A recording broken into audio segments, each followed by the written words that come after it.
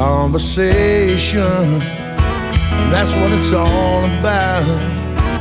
Why can't we talk it out and say what's on our mind? Situations keep getting in the way. There's so much we need to say, but we're running out of time. Hi everybody, good morning. Some of you might know me, others may not, but my name is Jennie Dial, and I am the creator and CEO of the Creative Spirit Channel. So I wanted to bring you a little show from myself, give you a little background. I'm a crafter, I am a creator, I'm a visionary, I do all the stuff that y'all do, but I decided that I wanted to start a company that supports what you guys do, what we do. However, I'm also an author. I'm a kid's author. I wrote a book called The Adventures of Jack and Milo. And I wanted to just spend some time with you on mistakes, because a lot of our crafters are, even writers, authors, we all are kind of just making stuff up as we go because we don't know everything, and we have this great idea and we want to share it with people, and people say, oh, that's so cool, and you know, we're going along and we have to learn as we go. We don't have a staff. We don't have people that says, hey, don't do that because that might not work. We have us. So when I made this book, when I wrote this book, I cannot take credit for the illustrations. They're beautiful. I have a gal that does her name's Catherine Gutowski, and she does all my illustrations for me. I have two books. I have The Adventures of Jack and Milo, and then I have another book called How Jack Met Milo. But we're going to start with this book. So when I wrote this book and I found an illustrator, I decided to go to what we call in the indie world a vanity publisher. So they do the marketing, supposedly do the marketing, but they put the book together for us once we submit it, and sometimes they help with the illustrations, editing, proofreading, that kind of thing. So I actually did most of it myself. I wrote the book, I edited the book, I had someone look at the proofreading, but I produced the illustrations for them. They put it together, and as a new author, I was so excited to get my book. And when I got the book, I was able to look at it online in a digital format, but I did not get a copy of it in hand. So they didn't send me a hard copy to look at. So when I got the book, they changed the font. But I'd already ordered, because I was so excited, I ordered like 500 of them, because you know, I was ready. I was going to go out and sell a book and be a best-selling children's author. But if you look, it's hard to see, but see how small the font is? You see that? So I'm not that old, but even as an older person, I'd probably have to wear glasses to read it, and we're talking about children. So this is a really hard font for them to read. I was not able to get my money back, and they would not work with me. I'd have to reorder and do the same thing. So I could change the font, but I'd have to reorder the amount of books. Well, I didn't have the money for that. So I have 500 books that I could probably sell them. I have given them away if I run into a child, or along my travels, I'll see a little kid and I'll say, hey, you want a book? It does have my information, so if they want to buy a new book, they can go to my website and buy the book. But for the most part, they've been sitting in my closet for 3 years. I haven't done anything with them. So what I kept thinking, what can I do with these books? I could donate them, which is true, but on the other hand, I kind of want to get some of my money back because I have gone, I now self-publish. So I have my own publishing company. I do my own self-publishing. I help other authors do that as well. So now I do it all and I have it taken care of myself. I don't have anybody else that I pay for with my other books. So I kept thinking, how can I get some money back from this? Look, as crafters, creators, we're very generous people. We give out samples, we help our friends and family. We don't always charge what we should charge for our products, but this was a big hit, and I hate to see the books go to waste. So I kept thinking, what can I do to make lemonade out of this lemon? And at first I thought bookmarks, right? So I could take the pictures and I could make bookmarks out of them. And then I thought kids don't really use bookmarks, okay? So I got to thinking, the illustrations in this book is just tremendous. They're so beautiful. And I wanted to showcase that. So I did come up with an idea, but I wanted to show you how I did it and the mistakes I made and how it happens. Stuff happens, and what kind of happens once you start the process. Again, you don't have instructions on this, guys. This is all like, okay, in my head, how am I thinking? This is what I want to do. How do I do it? What do I do to get there? And so I'm going to be showing you little parts of this, and we'll see how it goes. So stay tuned. Conversation, that's what it's all about. Why can't we talk it out and say what's on our mind? Okay, part 2. I don't know how many parts it's going to be, but I'll let you know as I go along. Okay, so I did come up with an idea about what I should do with these books that I have that I can't really sell. Let me just say why I can't sell it real quick. It's very important, especially if you're new. It doesn't even matter if you're new. You really want the best product that you're putting out. You're charging a price for it, and you want to have that value stand out and people to say, yeah, that was worth it. So I don't feel good about putting my brand on this, okay? I just don't. It doesn't make the book better. It doesn't make the illustrations better. And I don't want people to say, oh, that book was really, nice story, but I just couldn't read it. My child couldn't read it. So that's not fair. So that's why I decided that I did not want to put these books out for sale. So what I decided was, I was trying to think of a game. I already have a puzzle that I made, but I wanted to do something that I could use all of the pictures in, or most of them, and keep my book into the public eye. And every time they saw it, they'd say, oh, that's the Jack and Milo book. So what I came up with was making a game, and I call it the match game. But if y'all remember when we were kids, or when your kids had the game of concentration where you had pictures to match. So you have, so many cards, and you turn them all upside down, and then the child can flip them and match them. So that's what I came up with. So I had to figure how to do that and how I was going to go about to produce it. Okay, there's one thing about making one of something, and then there's, sorry, I got a hair sticking out here. There's another thing about being able to create it in a mass production type of way. So the first thing I did was I got a bunch of these books, and I never do this because I love books, but I tore the pages out.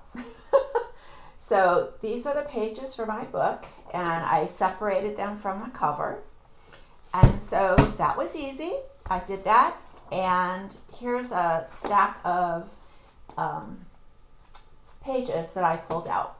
Okay, now I don't want the text, I just want the pictures. So I also had to figure out how many that I wanted. I always want more, and so I was going to go with 30 per game, which is actually 60, because you have to double it, right, to make 2 of each. And my husband, in his wisdom, said, you know what, honey, that's a lot for kids. And so we talked about it, and we decided to go with 15 per game, which will be 30 pictures. Okay, so they'll be doubled, they'll be duplicatives, but there's going to be 30 different pieces I have to make for 15, if that makes sense to you. I think that makes sense. So we did that. I figured that out, and all I have to cut them with right now is my trusty little paper cutter. Okay, I've had this in my crafts section, and so this is what I use to cut them. I came up with the size. Oh, I have something to show you, and it's on my lap, and I just didn't want to get up to get it, so excuse me, I'm balancing here. So I came up with the size. I came up with 4 by 4 inches, because they're kids, so I wanted them to be able to see the picture and recognize the character, so they'll all know that's Milo on his bed sleeping. And I wanted them to be able to pick them up and without a problem, but I didn't want them too big. So I decided 4 by 4 is a great size. I go to the pages, I isolate the photo that I want, whatever photo that I want, or picture that I want. And like on this one, I wanted Jack. And so I'm gonna section this out as a 4 by 4 over here, here, and we're gonna do a 4 by 4 of him. Now, you have to be careful, because the way the illustrations are, some of them you're not going to be able to use all of it. So I really don't want Milo's face in there, but I managed to get them in there, and I have 1 4 by 4 of each of them. Let me show you, like for instance, this one. I had to decide which picture I wanted to portray in it. And I wanted to go, I like Gizmo over here on the side right here. There's Gizmo. But he looks kind of sad, and I really didn't want the kids to be looking at a sad Gizmo. So what I did was I isolated Jack here, just him. Okay, so when I cut that out, you're just gonna see Jack. But then on the other side of this page are other pictures that I wanted to use. So I'm gonna also use the angelic Milo, the proud Milo picture here, and then little Gizmo here. So there's 3 photos that are going, 3 illustrations that are going to be part of the game. Now, I have to admit, I'm sure there are crafters out there who are amazingly organized and gifted with detail. I'm not one of those.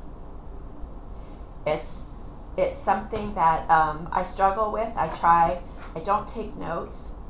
I don't sometimes even follow directions. I just dive in, and so it does cause me mistakes, and it costs me sometimes money. So I'm trying very hard not to do that these days. But I really didn't have a template for this. I didn't have a way to figure out how I was going to do this. I just kind of had to go with what I had and work it out on the way. So the good thing is that this does have a measuring thing, and I just go to where it says 4 inches from the edge right here, and so all the things are 4x4, okay? So when I cut, I eyeball. Once you get the one down, and then I can, so if I cut 3 pages out together, which is really all you can do with that kind of cutter, I can see here, see at the top, I see where a little bit of his ears cut off. I eyeball it. I eyeball this side here, and then where his little blanket goes, right here at the bottom. So when I cut the next time, I gotta eyeball it again. So I'm pretty good at eyeballing. I'm pretty good at colors and doing sizes and getting things not completely exact, but exact enough. Now, remember, this is a handmade game. I really don't want it to look like it came from Mattel. I want it to look like it came from a crafter. So I wasn't horribly, you know, if it wasn't exactly right, but I have mistakes. So right now, this content is free. Not technically free, but I'm not paying any more money for it. So once I go through the books and the game is going to continue, I'm going to have to use templates so that when I go and have them printed out, it's going to be correct. But for right now, this is how I'm doing it, and I'm working my way through it, trying to get into my head how I'm going to make this work on a bigger scale. Okay? So I'm going to come back and I'm going to show you my biggest mistake. Conversation, that's what it's all about. Why can't we talk it out and say what's on our mind? Okay, part 3, my biggest mistake. So I had to figure out how I was going to make these into pieces, these squares, okay? And I also wanted a front. So this is the front that's going to be, if you're laying this on a table like this, the way this is working is this will be the side that's going to be up on the table, and then the child will flip it over and find a picture. And then he's got to flip another one over to find the other picture. He or she has to flip it over to find the other picture.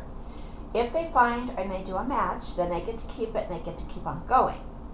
If they miss, they flip them back where they belong, and then the next player tries to get the match of the cards. So this is what I came up with. Created this on Canva. Of course, Canva is my go-to for everything, pretty much. And I thought this would be a cute picture instead of the cover. This is one of the illustrations that's in the book, to be the actual front or the top of the card. So easy peasy, right? So I thought, what if I put them, because it needs to be hard, it needs to be sturdy, because the child's going to be using it, you know, going to get tucked away. Kids have stuff on their hands. It's just kids, so they're playing, and but it still has to be something sturdy. So I thought, hey, I've got a bunch of these old manila folders. You know, they're just file folders that you have. And so, hold on, my biggest mistake is on my lap. So I was gonna put, hold on, stay. Okay, so I was gonna put this like this. So it has a cardboard in the middle, this and this. So that's what I was gonna go with. And I thought, how am I gonna stick them together? Can't really tape them, you can't really glue them because they won't last. Ah, laminate. I thought, I can laminate it. That way, the plastic, it can be washed, kids can use it back and forth, and it's pretty durable. So, I don't have a laminating machine. And again, I didn't want to spend a lot of money because what I usually do is buy the most expensive thing and then it doesn't work out.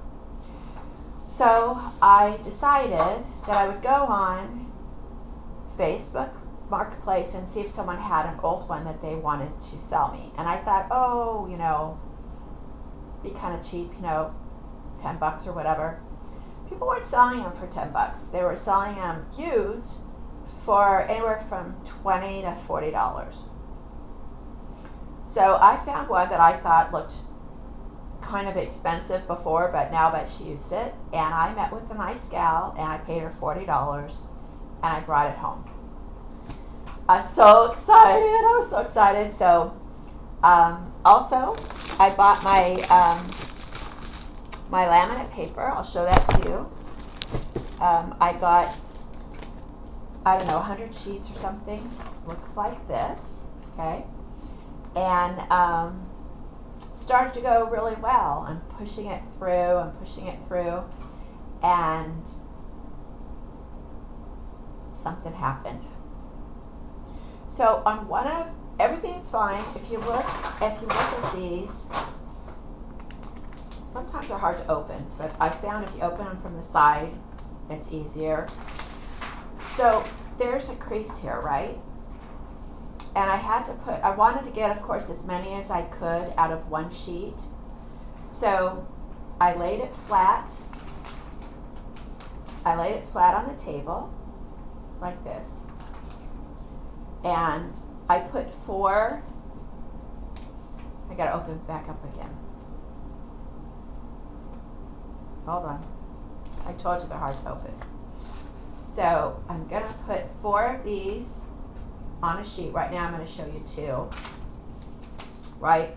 You'll line them up a little bit better, but this is how you're gonna do it. And then you feed these into, with both ones. Oh, by the way, I took out this. I figured for laminating it, I don't need to do an extra cut for this. So this could possibly be an extra expense, plus it's extra time. So we got rid of this. That was one idea that I got rid of. So you're gonna have one side with this and the other side's gonna have Jack and Milo top. And I was feeding it through and I had some left over at the bottom. So I thought, maybe I can get one more out of that piece. So I folded it over and I put one of them in there and I fed it into my laminating machine. Okay, big mistake. Big mistake. So this is my laminating machine that I bought for $40. It got stuck in the heating element in here. You can see it. If you can see it right here. See that right there? That's my game. I couldn't get it out. I tried, and I'm the kind of person, like, I fix stuff, and so I get out